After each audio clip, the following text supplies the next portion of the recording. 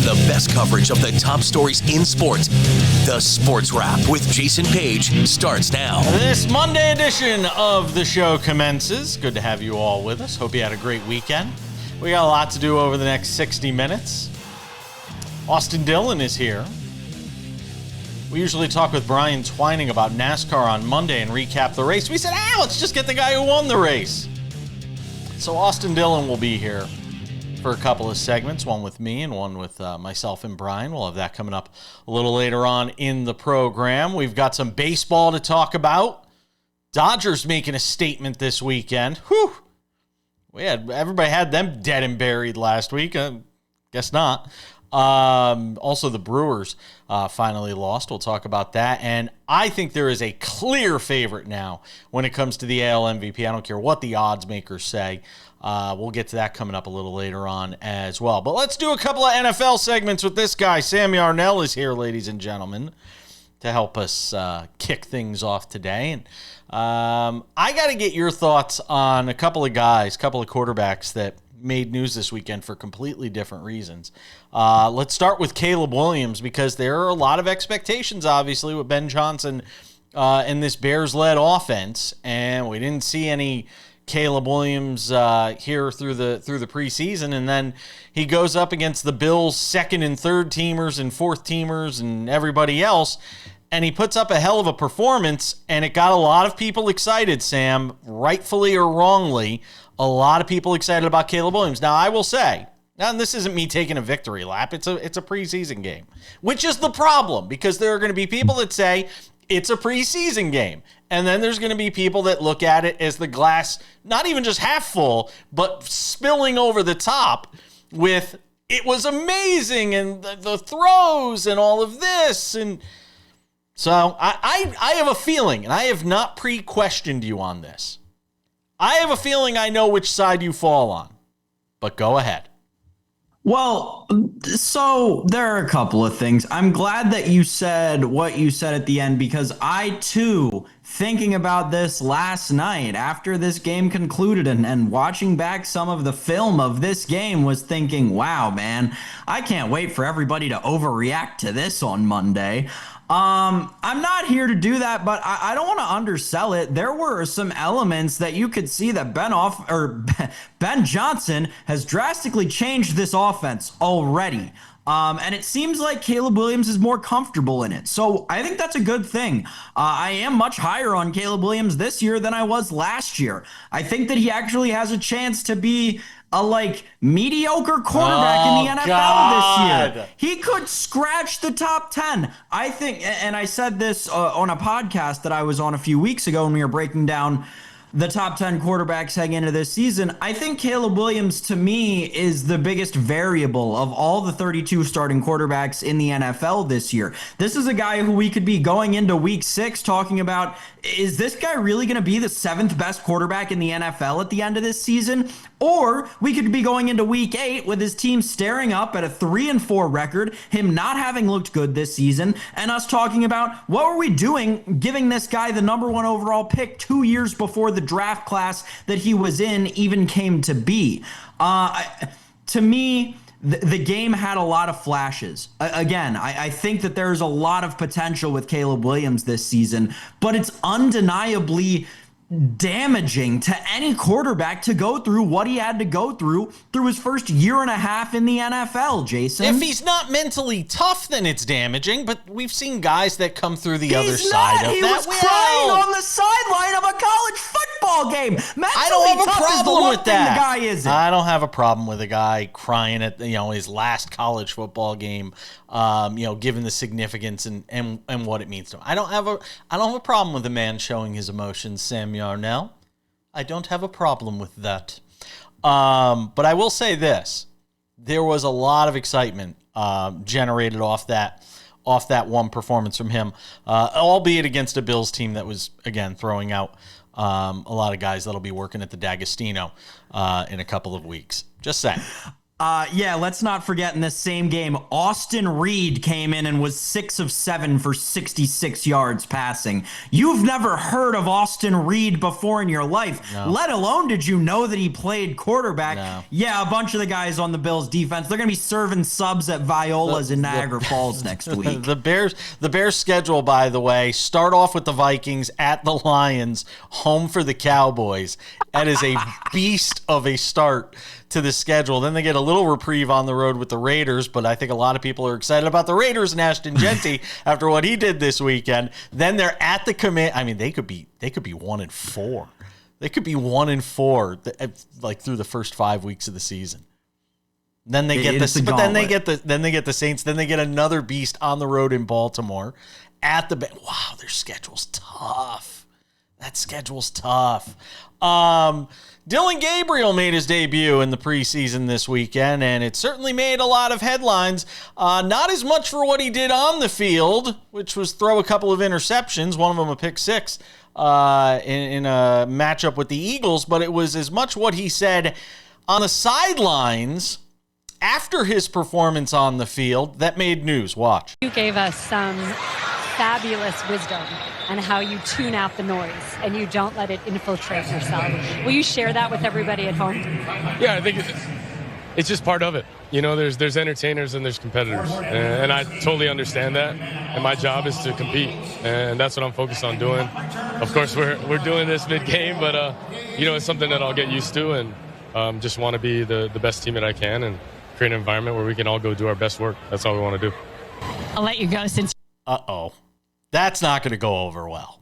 And now he tried to walk it back in the post game because somebody undoubtedly ran up to him and said, "What did you just say? Oh my God!" And he tried his best to walk it back, Sam. Was he successful? Yeah, so I do think it's one of those things that people are reading a little too much into. Are we? When his coach said the same thing, essentially. Honestly, I think Dillon Gabriel was more upset with himself having to be interviewed on the sideline after turning the ball over twice and throwing a pick six and then a botched snap fumble. I think he was just more upset at that and having to do an interview on the sideline instead of watching back tape. To me, it read more as him taking a dig at the reporter rather than Shedeur Sanders, but I understand how people in the media could 100% understand it as the Shedeur Sanders dig. I'm going to say this. Shut up. You've been in the NFL for 5 minutes. Seriously. You've been in the NFL for 5 minutes, and you didn't perform as well as the guy that was drafted in the 5th round. By the way, you weren't even a first-round pick. You were drafted in the 3rd round. Stop acting like you're owed something.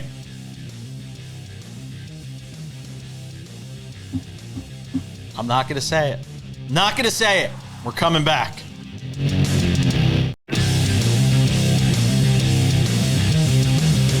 All right, let's go. Segment 2 on the show. Coming up in 10 minutes, some baseball. Great weekend for the Dodgers, that's for sure. The Padres were the Padres. Redheaded stepchild. Sam Yarnell. On Friday, we started a segment that we're running for 6 straight shows. It was, if not, then who? If not the team favored to win the division, then who is the team we would make the argument for? We did the AFC East on Friday. That was probably the easiest one we will do throughout this exercise. And this might be one of the harder ones to do. If not, then who? The NFL AFC North edition. The favorites in the division, Sam Yarnell, are the Baltimore Ravens at minus 150. The Bengals at plus 260. The Steelers come in at plus 470. And then the Browns are 35 to 1 on the Cleveland Browns, if you're feeling crazy. Sam Yarnell, if not the Baltimore Ravens, then who? There's only one answer. It is the Cincinnati Bengals. And if you are putting your money on any team other than the Baltimore Ravens or Cincinnati Bengals to win the AFC North in the year 2025, just give me your money. I'll kick you where the sun don't shine. The nether and we'll call it regions. a day. Yeah. I do not, and I know that I have to say this like every season, every week of every season of every year on this show. I do not understand the hype around Aaron Rodgers. He is talk about mediocre at best quarterback. Aaron Rodgers is like a below mediocre at best quarterback. His ceiling is about the 17th best quarterback in the NFL right now. And do I think he's going to perform up to that level throughout the entire season? No, I don't think that his 40-something-year-old body is going to stand up for itself for an entire 18-week-long season. It's really, I hate to say this. I do. It's disrespectful to the sport of football what the Pittsburgh Steelers are doing this year. The way they have this roster constructed, the way they wasted some of their draft capital on players who would be very exciting on other teams. I'm really fed up with the Pittsburgh Steelers and the Rooney family and Mike Tomlin and all these decisions they're making. It's bad for the game at this point. Put a pin in those comments, ladies and gentlemen. Will Sam Yarnell live to regret just thrashing the Pittsburgh Steelers on this show? I'm just saying. They're going to end up... Here's what's going to happen, Jason, and here's what's going to happen, Steelers fans, for all those of you watching at home. In 2 years from now, TJ Watt's going to get fed up because the rebuild that you're already seemingly starting but not willing enough to commit to isn't going to go right because you're not willing to commit to it. So TJ Watt's going to actually ask out, and you're not going to be able to bring him back this time. So all you're going to be able to get for TJ Watt, one of the best defensive players of this generation, is I'm going to say maybe a first and a third if you're giving up an entire year of control. Have fun with that, Pittsburgh. By the way, me and the Watt brothers will likely have something in common. Neither of us will have Super Bowls. None of us will have won a Super Bowl. We'll have won the same exact number, and it'll likely be 0 if TJ winds up having to play his whole career out there. Look, I agree with you. It does feel like it's the Bengals that have to be the second favorite in this division. If you're not thinking it's Baltimore, then you're thinking it's Cincinnati. But, and as much as I enjoy doing this exercise, I thought of it. As much as I love to do this exercise, it kind of still feels like Baltimore's division to me. I mean, I can make an argument for Cincinnati, but that argument includes Lamar Jackson missing time and everything going perfect for Cincinnati because that defense is still a huge liability for them. And I don't see anything that I've seen so far through the first couple of weeks between training camp and the preseason that makes me change my mind on that, Sam. They're going to score a ton of points. They're going to give up a ton of points. They're going to be the baseball team that wins a lot of 10-9 games. It's going to look like softball scores. That's essentially what the Cincinnati Bengals are going to be, barring something that we don't know about right now. They are, to me, Jason, and I know that I'm splashing the pot for when we get to this division in a few days, but they're the AFC's version of the Dallas Cowboys to me. They've got one defensive star, and they try to figure it out around that guy. Maybe they try and draft a few pieces here. I mean, you could compare the Stewart draft pick to the Diggs draft pick a few years ago for Dallas, but that team revolves around the offense, right? You see how that team performs when the quarterback goes down. Look at what happens to Dak Prescott. Look at what happens to Joe Burrow, and they've got star wide receivers in Jamar Chase and CeeDee Lamb that can pretty much backpack the offense all the way to about a 500 record if nobody's playing on defense. I really think the Bengals are the AFC's version of the Dallas Cowboys, which, spoiler alert right now, I'm kind of high on the Dallas Cowboys this year. Yeah, I know you are, but so what is the argument for Cleveland? Can Cleveland even be what is the ceiling for Cleveland this year based on what we know about them now? What is the ceiling for Cleveland this year? I think the way that Cleveland could realistically win this division this year. What? There's actually a realistic way? Is if a meteor hits perfectly between Baltimore, Pittsburgh, and Cincinnati, but happen. Misses Cleveland, so it's the only city left in the AFC North. That's how the Cleveland Browns could win the division this year. Sorry to our friends watching on Rock Sports and Entertainment, watching the show today. The thoughts of Sam Yarnell, the thoughts of his and his alone. I will try and make the argument for. You got to see the irony in Rock Sports. I mean, come on. Meteor, Rock Sports. It's like apples and apples here. Yeah, no, I get it. But all right. I'm trying. I'm looking for something. Like, I'm going through all my, I've got like what's that, the movie with Russell Crowe, A Beautiful Mind. I've got all these things on the screen, and I'm looking through them, trying to find some way to make an argument for Cleveland. Frankly, even make an argument for Pittsburgh. Pittsburgh, look, I think, Pittsburgh, the way they won games last year was win ugly. And I still think they can win ugly.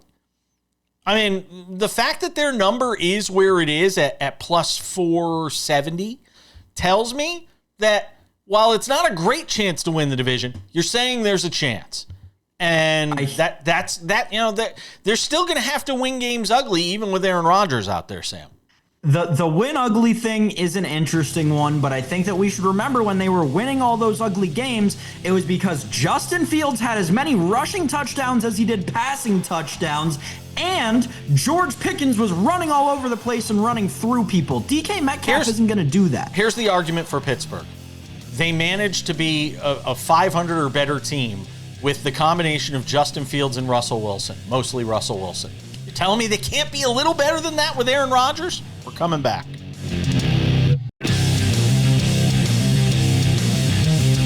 All right, coming up in 10 minutes, turn our attention to NASCAR.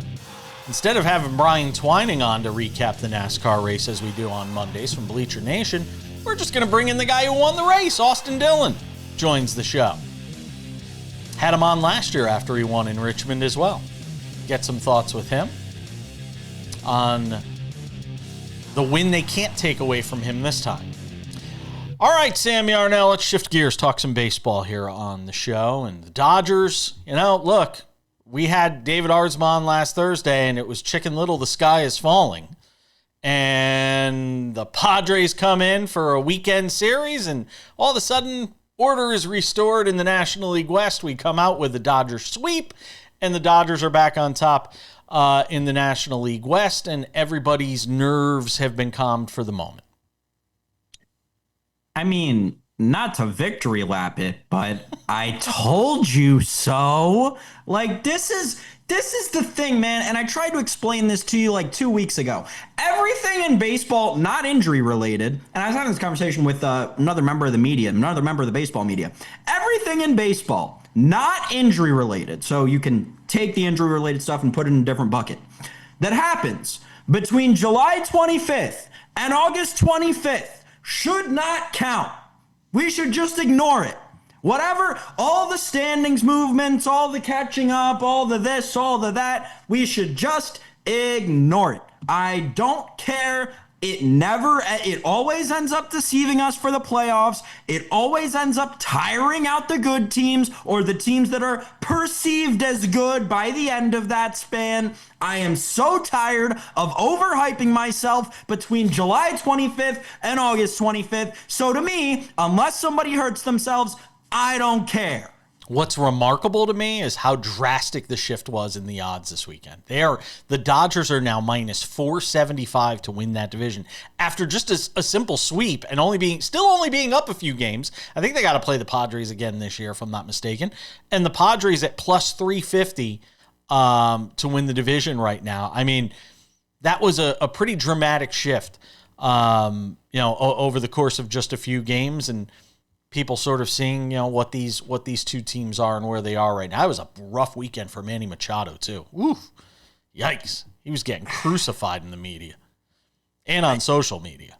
The reality of the situation is, though, Jason, that is still the closest division race in the National League. Like we have gotten to a point where, yeah, that's a great point. And I know this Milwaukee Brewers streak. What is it now? They're 15-2 over their last 17. No, 16-1 over their last 17. Yeah. I think. But yeah, that's out of this world, just beyond the pale kind of stuff. I think that the NL West is the only division where we could see a change before the end of the season. Brewers finally lose. The winning streak ends, and it continued with a couple of dramatic wins. But the Brewers finally lose this weekend. Their lead on the Cubs is 8 in the NL Central, so that is a wrap. And Cincinnati desperately needed that win this weekend based on the way the first couple of games of that series went, Sam, with Cincinnati trying to hang on in that wild card race. And the Mets making it possible, although they did win a couple of games this weekend. A couple of big wins for the Mets. Don't look now. Yeah. Do not look now. But Jason Page's fighting Cincinnati Reds are coming down the track for that last wild card spot. I hope so. I didn't even realize they were a game and a half out. That is, I mean, if everybody in that New York front office, that New York owner better be on the hot seat at this point. He should be debating selling the team. Between everything that's gone wrong for him in this tenure as an ownership, yes, I'm talking directly to you, Steve Cohen, if you didn't put two and two together by now. Yeah. But let's just go through the list, right? It was the undefeatable team, right? The whatever that thing Thanos had. It was Max Scherzer and Justin Verlander and Jacob deGrom, and we were gonna win. And Pete Alonso's gonna win MVP, and we're gonna win the World Series. And Francisco Lindor. Well, that season was over by the end of July. And then, well, we're going to bounce back from that. We'll take 1 year off, and then guess what? We're getting right back to it. We are going to sign Juan Soto, and we're going to be on our way to the... Oh, what? It's the end of August, and we're a game and a half from being out of the playoff picture altogether? Oh, my gosh. What are we doing, New York baseball? Yeah.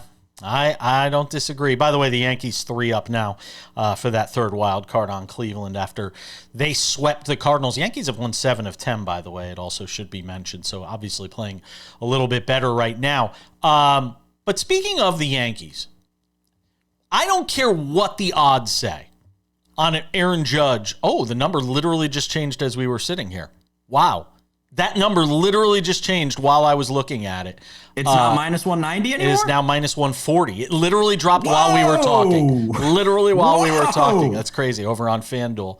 That's a big move, too. Aaron Judge went from minus 190 to win the MVP to minus 140. Cal Raleigh is plus 110. I'm going to tell you right now, if they were giving out the MVP award right now, Cal Raleigh's your MVP. And frankly, it's not even close for me. We saw the little bit of a slowdown. Now he's got 49 home runs. He's going to set the record for most home runs ever by a catcher, which should count for something. And try and think about where that team would be.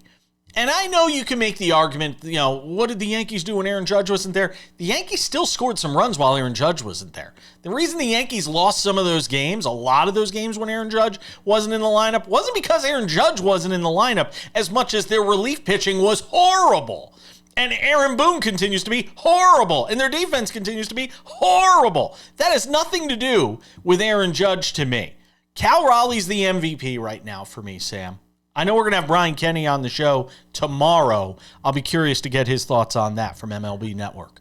I'm interested to hear from Brian Kenny if he remembers a year where this race was the circumstance, right? We've got one MVP contender on a team that's in third place in their division, and the other that's a dark horse coming to... I don't know if I'm going to say they're going to challenge the Astros, but they're going to get a lot closer to the Astros than the Yankees are to the Blue Jays. Let's just say that. So I think there's merit to that argument, Jason. For me, it's so up in the air. I really do think it's going to come down to whatever the voters eat for breakfast that morning. But I totally understand the logic behind that theory. No, he's got to be the MVP. As of right now, he's got to be the MVP. I'm shocked that number is what it is. I get it. I'm shocked that number is what it is. By the way, if Nick Kurtz had played the entire season with the A's, he might have been the damn MVP. That guy is insane. What a season Nick Kurtz is having in like half a season for the A's. We're coming back with Austin Dillon next.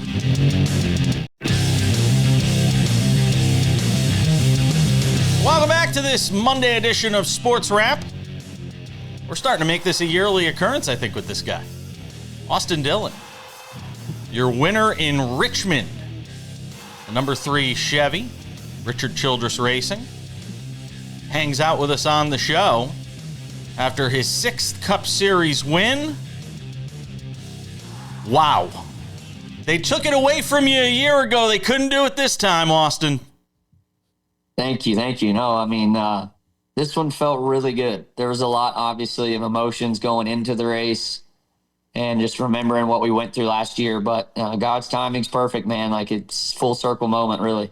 It's got to be wild as you're, going down the final couple of laps in this race, thinking back to where you were a year ago. Give me some sense of what is going through your mind in that moment, given everything that transpired and getting it so late in the season with so much on the line, obviously. Well, I stayed focused the whole race. I never let my mind wander to it until the white flag.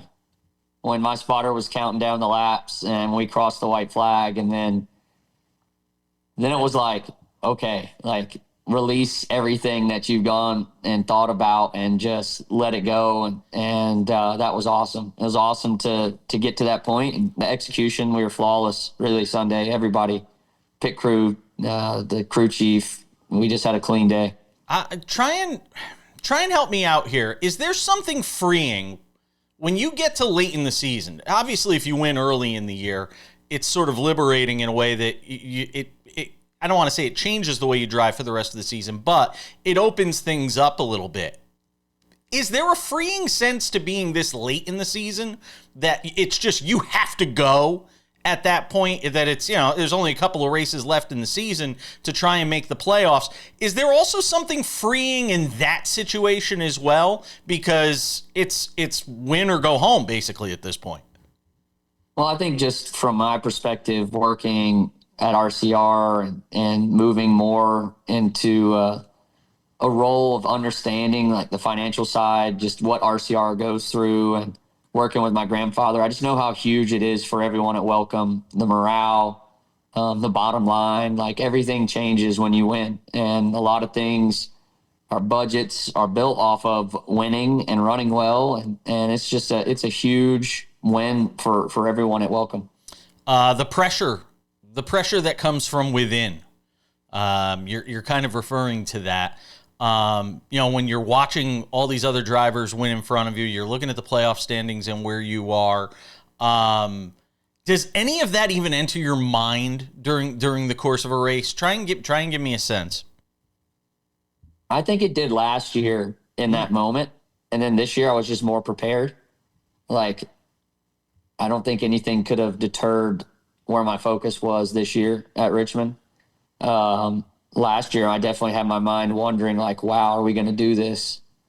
And then the caution comes out and, your headspace changes. So this year, I just never let my mind wander. I was focused on the right things, and it played out, perfect. And it's definitely freeing knowing you're in the playoffs now. But, yeah. I just haven't really let my mind think about it. I'm already focused on the next round of the playoffs because I think we're capable of running really well in that first round. Those tracks fit what I like to do. Well, that's kind of what I wanted to ask you. How does it change? Because if you win early in the year, you could already start planning ahead. Having the win this late in the season, it sort of compresses the timetable a little bit in terms of preparation for not just Daytona, but what happens after Daytona. Talk to me about the preparation now for the playoffs. Yeah, I think the meetings and the focus will be shifted, and we'll try and use the full power of RCR to push ourselves on to the next round, one round at a time. And the first thing we have to focus on is trying to get the 8 to the playoffs this weekend at Daytona. He's got one more shot, and he's a heck of a drafter, and I'd love to have him in there with us. So that's the first focus. Yeah, I can imagine. And that's what part of what I was going to ask you is how it changes this week for you. How it goes about changing, what you're doing in terms of preparing for this week. Is it all about the number 8? It is. There's a lot that we'll be focused on trying to get him to victory lane and do our job. But yeah, there's a lot that goes into it for sure. Austin Dillon hanging out with us after winning in Richmond. Talk to me about the emotions of last year with everything that transpired after winning, the controversial finish. And yes, you get the win, but you don't get to go to the playoffs, and sort of how that maybe changed your off season, which for you guys, I would imagine there isn't that much of an off season because the season is so long, but sort of how it changed your preparation going into this year. Yeah, I think when it comes to preparation, my crew chief is amazing at it. He does a very good job of keeping me on task and pushing me to be the best I can be every weekend. And we've just got a solid group, and it makes you want to work hard. It really comes back to all the hours that we've put in the simulator this year, the going on Tuesdays to Concord from an hour and a half drive, all that time. And it's like, man, it was worth it when you can get a win. How many hours are you spending in the simulator? We go from 3 to 6:30, so 3.5. Jesus. Your eyes must be blurry by that point. Yeah, it's a grind for sure. I don't get out most times, just kind of push through. Yeah. When you look ahead to Daytona this week, what stands out in terms of, your history with that track? I think you want to go and get playoff points if you can. I think that it'll be a wild race. Everybody will be fighting their tails off to try and make the playoffs, the last shot. So I think being there at the end is the most important part, to add some bonus points to what we're trying to do with our playoff run. Brian Twining is going to join us here in a minute. He's got a couple of questions for Austin Dillon, who does a great job with Richard Childress Racing, coming off a victory this weekend in Richmond. Lots more to do on SportsWrap. Don't go anywhere.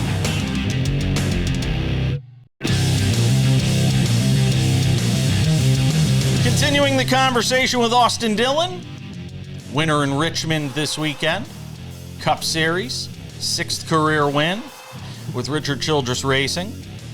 Brian Twining joins the conversation from Bleacher Nation, hangs out with us every Monday on SportsWrap to talk NASCAR. All right, first phone call you got after the win, Austin, who was it? I think my mom was on the line, and then Johnny Morris, so two important people in my life. Very cool. Brian, go ahead. Yeah, so obviously, Dillon, congratulations on the win at Richmond. As we head to Daytona, where you're one of only 4 guys to have multiple wins in the active Cup Series right now, does your strategy or possibly goal for the race change as a driver and as a team? Well, I think the main focus will be trying to get to 8 in the playoffs, that last spot. We'll be trying to get some bonus points, whether it be a stage win or win the race, but I'll be probably a pretty good wingman this weekend. Does that extend throughout the manufacturer, though, too? Like in the unfortunate event that, say, Kyle wrecks out early, does that then transfer to another Chevy of trying to push them to a victory to lock into the playoffs? I think the biggest thing is just trying to be a good teammate, whatever it takes to, help the 8 car when he needs the help. We're also going to look out for ourselves a bit from a point standpoint, trying to, get bonus points at the end of stages, like I said earlier. But yeah, I want to push the heck out of him. My brother's right there too, so it'd be cool to get one of them two into victory lane and in a playoff hole. Nice. And then obviously being locked into the playoffs, you can now start looking forward to the round of 16 that includes both Darlington and Bristol, two tracks that you've been fairly successful out throughout your career. Is there one of the 3 that you're looking forward to the most, or you guys have circled? Truthfully, all 3. Last year was one of our best runs, was at Gateway. We ran in the top 10, ran 7th, I believe. So all 3 of those, like the first round couldn't set up better for us, truthfully. So I'm excited. Just want to go execute like we did at Richmond. And I think we can make it to the next round. Nice. People, and then go ahead, Brian. Lastly, you came into Richmond as a pretty decent underdog according to the sports books, and there was a lot of negative connotation brought upon by the fans about what happened last year, and probably heading to the playoffs will be a similar situation. Does that give you extra motivation to go out there and prove people wrong?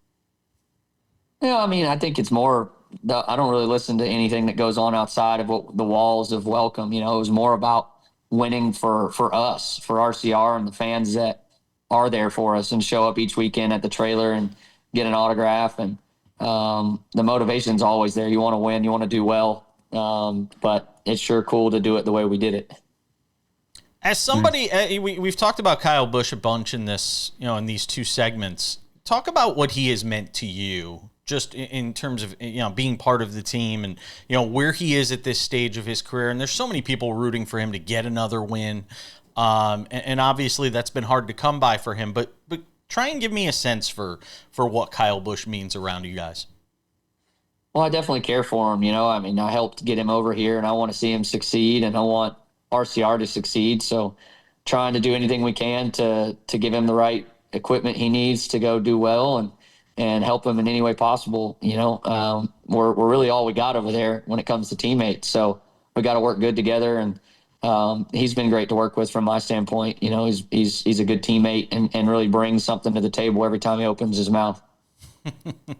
Yeah, there's a lot of people rooting for him to try and get a win here late in the season. Do you sense that, sort of he senses, that time is winding down for him in his career? Is there a sense of urgency?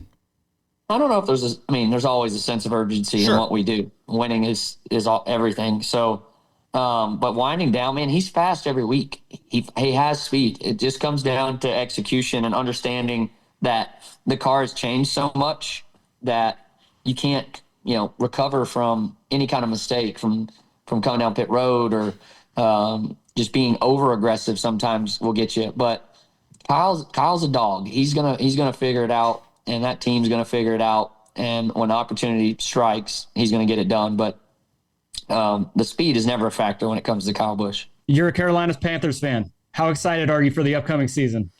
I'm really excited. I was a little disappointed with the last preseason showing, so I'm looking forward to see how it plays out because I really believe in the head coach.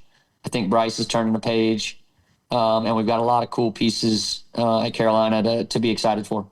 How's the PBR team doing? I remember last year we had you on. You had the Carolina PBR team. Give me a sense for how the PBR team's doing. Yeah, we started off pretty good the first couple of weeks, but we've gone into a slump. We've got to get things going. We've lost a lot of games on points. Just one ride makes the difference, or the scoring of the judges. So we got to take it out of the judges' hand more often and do a better job. But the Carolina Cowboys and the PBR is such a fun sport. You can catch it on CW. Our home event's September 12th through the 14th. And, you have to come check it out. How have you felt about the NASCAR TV coverage with it being so fragmented this year and people having to go, week to week, where's it going? The NBA is going through something similar right now. If you've sort of looked at what they've done with Peacock and, ESPN and Amazon Prime and, the games are going to be everywhere. How have you felt about the way that coverage has panned out this year? Well, I think, we've created a lot of excitement with a lot of different platforms, and you're learning every step of the way, but I love the different views of different broadcasters. Do you have one that's a favorite more than another? Do you go back and watch them? Was interesting. Which I thought one? Prime did a good job. Yeah. I thought Prime did a good job and made things interesting, changed it up a bit. It's great stuff. Austin Dillon, congratulations on the win in Richmond. It was wild to watch, given everything that transpired over the last 12 months since you won in Richmond. All the best to you in Daytona. Stay safe, my friend. Thanks, guys. We're coming back with more Sports Wrap on this Monday. Don't go anywhere. Lots more to do.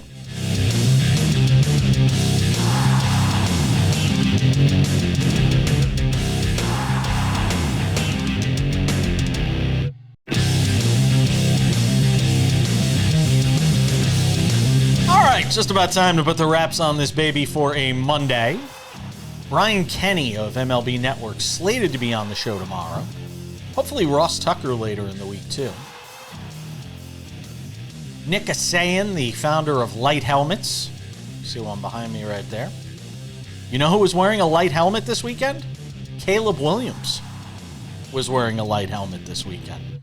Congratulations to our friends over there at Light Helmets for landing a big fish with Caleb Williams. Hopefully that helmet will protect him.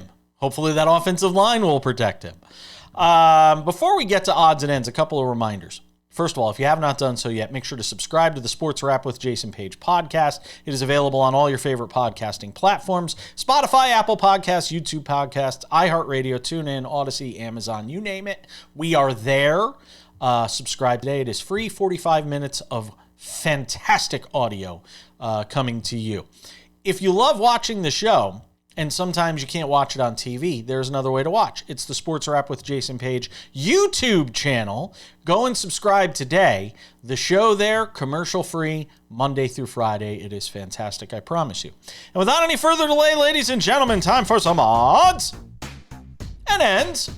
Odds and ends, Sam Yarnell. Just can we just fast forward to next Monday and we'll be saying, Scottie Scheffler, your winner of the Tour Championship. He gets the gold jacket along with Adam Sandler, Happy Gilmore. Listen, I just continue to be amazed. And look, as much as yesterday was about what Robert McIntyre didn't do, because he really fell apart in the final round of the BMW event that they played. What was that, Maryland? I think it was.